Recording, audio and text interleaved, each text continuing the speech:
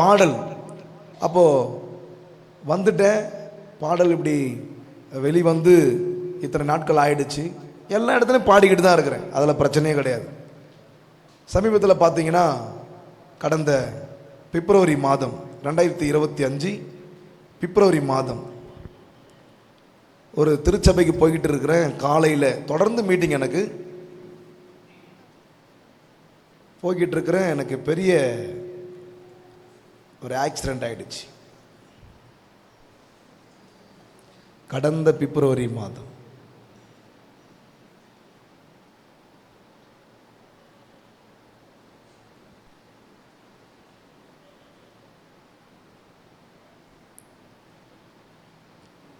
கடந்த பிப்ரவரி 23 ஞாயிற்றுக்கிழமை. இதற்கு முன்னாடி நாள் மீட்டிங். அந்த 23 காலையில் சர்ச்சு முடிச்சுட்டு நான் மாலையில் திருத்தணி போகணும். மீட்டிங் நோட்டீஸ்லாம் போட்டு அனுப்பிச்சிட்டாங்க. ஆனால் போகும்பொழுது இந்த காலையில் ஒரு திருச்சபைக்கு போயிட்டு இருக்கும்பொழுது டூ வீலரில் பக்கத்தில் தான் இருக்குது. நான் டூ வீலரில் போனேன். போகிட்டு இருக்கிற வழியில் பார்த்தீங்கன்னா எதிர்பாராத விதமாக என்ன நடந்துச்சுன்னு எனக்கு தெரியல. இப்படிப்பட்ட ஒரு ஆக்சிடெண்ட்லாம் என்னுடைய வாழ்க்கையில் நடந்ததே கிடையாது. சின்ன வயசுலேருந்து இப்படிப்பட்ட ஒரு விபத்து, ஆபத்து. மூக்கு தண்டு உடஞ்சிருச்சு, தவடை உடஞ்சிருச்சு, பல்லெல்லாம் உடஞ்சிருச்சு, முட்டியில் ஃப்ராக்சர், கையில் ஃப்ராக்சர். ஸ்டான்லி ஹாஸ்பிட்டலில் இப்படி தான் வாயெல்லாம் கட்டு போட்டு படுக்க வச்சிருக்கேன். இது வந்து நான் முழிச்சிட்டு இல்லை, சுயநினைவு இல்லாமல் இருக்கிறேன். சுயநினைவு இல்லாமல் இருக்கிறேன். காதலெல்லாம் ரத்தம் வந்திருக்கு.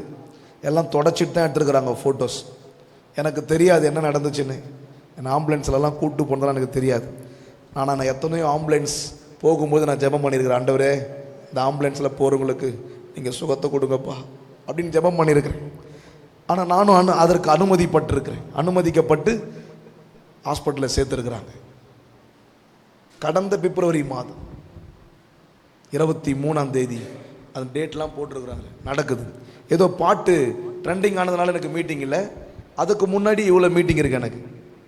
பிப்ரவரி 28 வரலாம் மீட்டிங் இருக்குது. மார்ச், ஏப்ரல், மே இவ்வளோ மீட்டிங் இருக்குது எனக்கு. 2025 தொடர்ந்து மீட்டிங். 2004 சரி, தொடர்ந்து நிறைய மீட்டிங்ஸ் இருக்குது. ஆனால் 23 அடிபட்டுருச்சு. பிப்ரவரி மாதம் 23 அடிபட்டுருச்சு.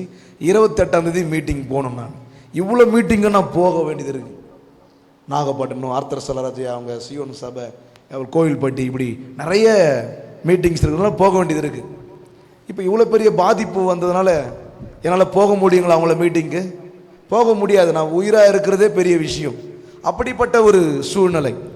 அதுக்கப்புறம் பார்த்தீங்கன்னா வீட்டிலலாம் கேள்விப்பட்டு ஹாஸ்பிட்டலில் வந்து கதறி இருக்கிறாங்க, கேட்டிருக்கிறாங்க. சார் என்னாச்சு? டாக்டர் கேட்டு என்னாச்சுன்னு கேட்கும்போது டாக்டர் சொல்லியிருக்கிறாரு, அவருக்கு மூக்கு தண்டு உடஞ்சிருச்சு. இப்போ நடந்ததுங்க, இப்போ நடந்தது. மூக்கு தண்டு உடஞ்சிருச்சு, தவடை உடஞ்சிருச்சு, மூக்கு கீழே கட்டாகி உள்ள இருக்கிற பல்லு தெரிகிறவங்களுக்கு கட். அதனால தான் இப்படி போட்டுக்கிறாங்க. ஊழியம் என்பது, ஊழியக்காரன் என்பது சாதாரணம் கிடையாது. அவ்வளோ அடி கட்டாகி ஓப்பன் ஆயிடுச்சு ஹாஸ்பிட்டலில். டாக்டருங்க கிட்ட கேட்கும்போது சொல்லியிருக்கிறாங்க, அதனால் இந்த எம்ஆர்ஐ ஸ்கேன் அதெல்லாம் வந்த பிறகு தான் நாங்கள் அவருக்கு என்ன ட்ரீட்மெண்ட் கொடுக்கணும்னு சொல்ல முடியும் அப்படின்னு சொல்லியிருக்கிறாங்க. வெயிட் பண்ணியிருக்கிறாங்க. 23 மாலை ரிசல்ட் வருது. அன்னைக்கு தான் அடிப்பட்ட அன்னைக்கு மாலையில் ரிசல்ட் வருது. ரிசல்ட் வந்தோடனே டாக்டருங்களுக்கு பெரிய ஆச்சரியம். எனக்கு நேரம் இல்லைனாலும் டக்குன்னு நான் சொல்கிறேன், டக்குன்னு சொல்கிறேன். டாக்டர்களுக்கே பெரிய ஆச்சரியம். என்னடா அது இவ்வளோ ஆயிடுச்சுன்னு நம்ம முன்னாடி சொல்லிட்டோம். தவடை உடஞ்சிருச்சு, மூக்கு தண்டு உடஞ்சிருச்சு, பல்லெல்லாம் உடஞ்சிருச்சு, முட்டி அங்கே ஃப்ராக்சர், கையில் ஃப்ராக்சர்னு சொல்லிட்டோம். ஆனால் இந்த எக்ஸ்ரே, இந்த எம்ஆர்ஐ ஸ்கேன் இதெல்லாம் பார்த்தா ஒரு ஃப்ராக்சர் கூட கிடையாது, ஒரு பல்லு கூட உடையல. வாய்க்குள்ள தையல் போட்டுக்கிறாங்க. எப்படி கீழே குத்தி, இங்கே வெட்டி, இங்கெல்லாம் அடி, இவ்வளோ அடி. இப்போ 28ஆம் தேதி மீட்டிங் போகணும். அதுக்கப்புறம் அவ்வளோ மீட்டிங் இருக்குது, நான் போய் ஆகணும். டாக்டருங்க சொல்கிறாங்க இவ்வளோ அடிபட்டு ஒரு ஃப்ராக்சர் கூட இல்லை, நீங்கள் என்ன பண்ணுங்க வீட்டுக்கு கூப்பிட்டு போங்கன்னு சொல்லிட்டாங்க. ஒரே நாளில் டிஸ்சார்ஜ். கரங்களை தட்டி.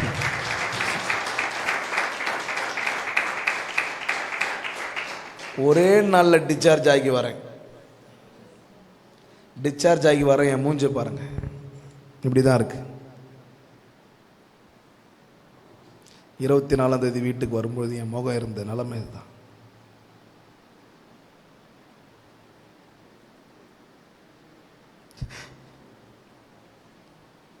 இருபத்தி 4ஆம் தேதி வீட்டுக்கு வந்துட்டேன். 25, 26, 27 வீட்டில் இருக்கிறேன். இப்போ 28ஆம் தேதி மீட்டிங் புக் பண்ணுவாங்க. நோட்டீஸ்லாம் அனுப்பிச்சிட்டு அவங்க ஃபோன் பண்ணுறாங்க. மனைவி தான் எடுக்கிறாங்க. எடுத்து சொல்கிறாங்க அவர் வர்றது கொஞ்சம் கஷ்டம்தான் அப்படின்னு சொல்லும்போது என் காதில் விழுது. நான் பக்கத்தில் இருக்கிறேன், என்னால் பேச முடியல, எனக்கு வாய் கோணையாயிடுச்சு. இதை பார்த்தா தெரியும் உங்களுக்கு, இதோட கோணையாயிடுச்சு. இப்படி தான் நான் வீட்டில் இருக்கேன், கோணையாயிடுச்சு, எனக்கு பேச முடியல. லிக்விடாக தான் எனக்கு சாப்பாடெலாம் கொடுக்குறாங்க. இப்படி இருக்குது. நான் மனைவி ஃபோனில் சொல்லும்போது நான் சொல்கிறேன், வரமாட்டேன்னு சொல்லாத, ஆண்டவர் என்னை விளப்படுத்துவார், நான் மீட்டிங் போவேன். கிரியை இல்லாத விசுவாசம் செத்ததாக இருக்கு. விசுவாசிக்கிற பேசிக்கிட்டு இருக்கிறது கிடையாது. சில நேரங்களை அனுமதிக்கப்படுகிறோம், ஆனால் தேவன் தப்புவிக்க வல்லவராக இருக்கிறார். சிலர் என்ன சொல்லுவாங்க, ஒரு ஊழியத்துக்கு போய் அங்கே யாராவது அடித்தா அது பாருங்க கர்த்தருக்காக அடி வாங்கினார்னு சொல்லுவாங்க. இது மாதிரி எதனா விபத்து ஆகிடுச்சுன்னா இவர் என்ன பண்ணாரோ அப்படின்னு சொல்லுவாங்க. இது வரைக்கும் என்ன யாரும் சொல்லலை, சொல்கிறேன். இப்படிப்பட்ட மனநிலையில் கூட இருக்கிறாங்க. ஆனால் சிலது அனுமதிக்கப்படுகிறது. அதனால தான் வசனம் சொல்லுது, ஆபத்தில் நான் அவனோடு இருந்து அவனை தப்புவித்து என்ன பண்ணுவாராம், கனப்படுத்துவாராம். ஆபத்து ரணம், ஆனா ஆண்டவர் அதுக்கப்புறம் கொடுக்கிறது கனம்.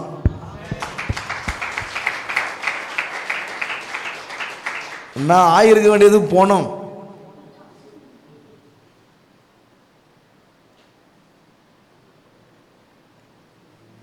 எப்படி இருக்கிறோம் பாருங்க. நீங்க யோசிச்சு பார்க்க முடியுதா பாஸ்டர்?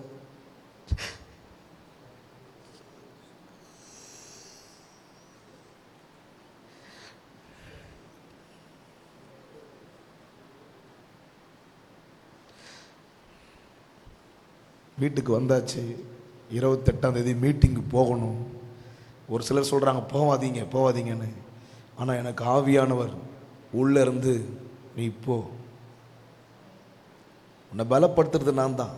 இப்போ இதுக்கு முன்னாடி கேட்ட வார்த்தைகள்லாம் நம்மளை பலப்படுத்தாமல் சும்மா இருக்குமா உள்ள? அதனால தான் உன்னுடைய இந்த ஹார்ட்டில் எழுதி வச்சுக்கணும் கர்த்தருடைய வார்த்தையெல்லாம். இது உள்ள இருந்தா அது கண்டிப்பாக வேலை செய்யும், சும்மா விடாது. சில பேர் வேலை செய்யறது கூட கெடுக்கக்கூடிய வேலை செஞ்சுட்டு இருக்கிறாங்க. அப்படி விசுவாச வார்த்தைகள் விடாது. அதுதான் பவுல் சொல்ற வார்த்தைகள்லாம் பாருங்க, என்னை பலப்படுத்துகிற கிறிஸ்துவினாலே செய்ய பலன் உண்டு, பலவீனன் பலவான் என்று சொல்லுவானாக. வசனங்கள்லாம் அப்படிதான் வாசிக்கிறோம். என் பலவீனத்திலே, நல்லா கவனிங்க, என் பலவீனத்திலே, பலவீனத்துல தான் அவர் பலன் பூரணமாக வழங்குது. இதெல்லாம் சீக்ரெட், இதெல்லாம் கவனிக்கிறதே இல்லை. இப்போ இந்த வார்த்தையெல்லாம் ஏற்கனவே வாசிச்சதுனால உள்ள இருக்கிறதுனால என்னை என்ன பண்ணுது, அது உற்சாகப்படுத்துது, என்னை தைரியப்படுத்துகிறது. கர்த்தர் என்னை நடத்துவார் அப்படின்னு சொல்லிட்டு 28ஆம் தேதி 24 வீட்டுக்கு வரேன். 25, 26, 27 வீட்டில் இருக்கிறேன். 3வது நாள் 28ஆம் தேதி மாஸ்க் போட்டு மீட்டிங் போயிட்டேன். இந்த மாதிரி முகத்தில் மாஸ்க் போட்டு மீட்டிங் போயிட்டேன். ஜஸ்ட் இப்போ நடந்த விஷயம், சாதாரணம் கிடையாது.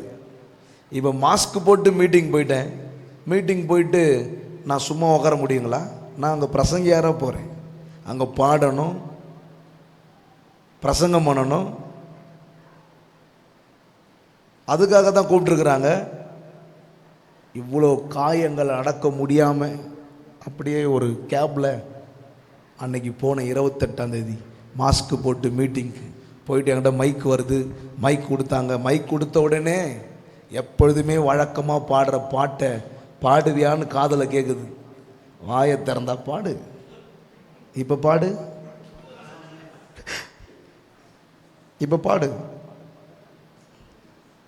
பல்லு வலி வராதா? பல்லெல்லாம் ஆட்டம் கொடுத்துருச்சு, உடஞ்சி தூள் தூளாக போயிருக்கணும். ஒரு பல்லு உடையில, ஆனால் பல்லு எல்லாமே இங்கெல்லாம் கனமாயிடுச்சு. இப்போ பாடு. கை தட்ட முடியல, கையில் அடி. இப்போ பாடு. அப்பங்களாக ஆக்கு, நீ கீழே குதி. தூதரங்க உன்னை என்ன பண்ணுவாங்க? தாங்குவாங்க. அப்படியே ரிப்பீட் ஆகுது. அன்னைக்கு அதுதான் ஜீசஸ்க்கு ரிப்பீட் ஆகுது. அப்பாலே போ சாத்தானேன்னு சொல்லிட்டு விசுவாச வார்த்தைகளை கொண்டு விசுவாசிக்கிறவர் இன்னார் என்று அறிந்திருக்கிறேன் என்கிற விசுவாசத்தை கொண்டு மைக்கு வந்த உடனே என்னால் பாட முடியல. ஆனாலும் பாடுவதற்கு ஆண்டவர் என்னை பலப்படுத்தினார். என்ன பாடினேன்? அப்பவும் அந்த பாட்டு தான் பாடுறேன். வாய் திறந்து பாடு, வாய் வலி வராது. வாய் திறந்து பாடு, வாய் வலி வராது. சிரிச்சு சிரிச்சு பாடு, பல்லு வலி வராது. இப்படி பாட ஆரம்பிச்சேன். இந்த ஒரு வாயை திறக்க முடியாத நிலையில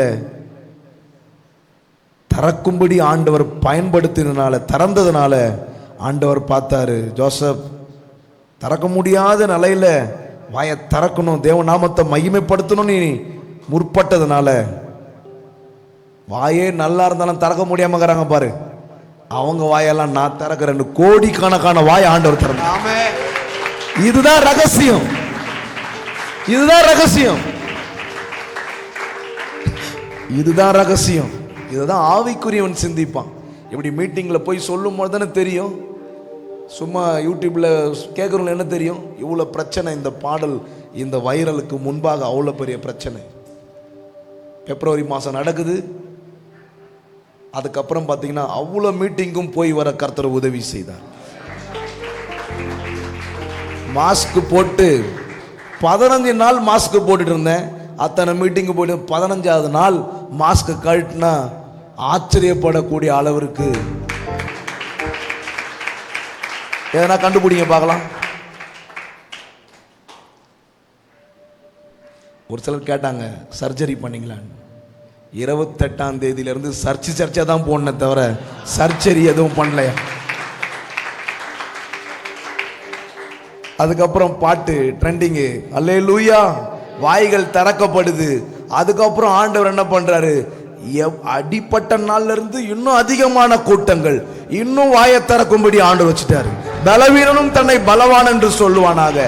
திறக்க முடியாத நிலையில தான், வாய் வலியில தான், கை வலியில தான், கரங்களை அசைச்சு பாடி பாடி ஆண்டவர் மூக்கு தண்டு உடஞ்சிருச்சு, பல்லு உடஞ்சிருச்சு, தவட உடஞ்சிருந்தாங்க பாருங்க. இதெல்லாம் எங்கெங்க போய் செட் ஆகணுமோ பாட பாட செட் ஆகி ஃபிட் ஆகி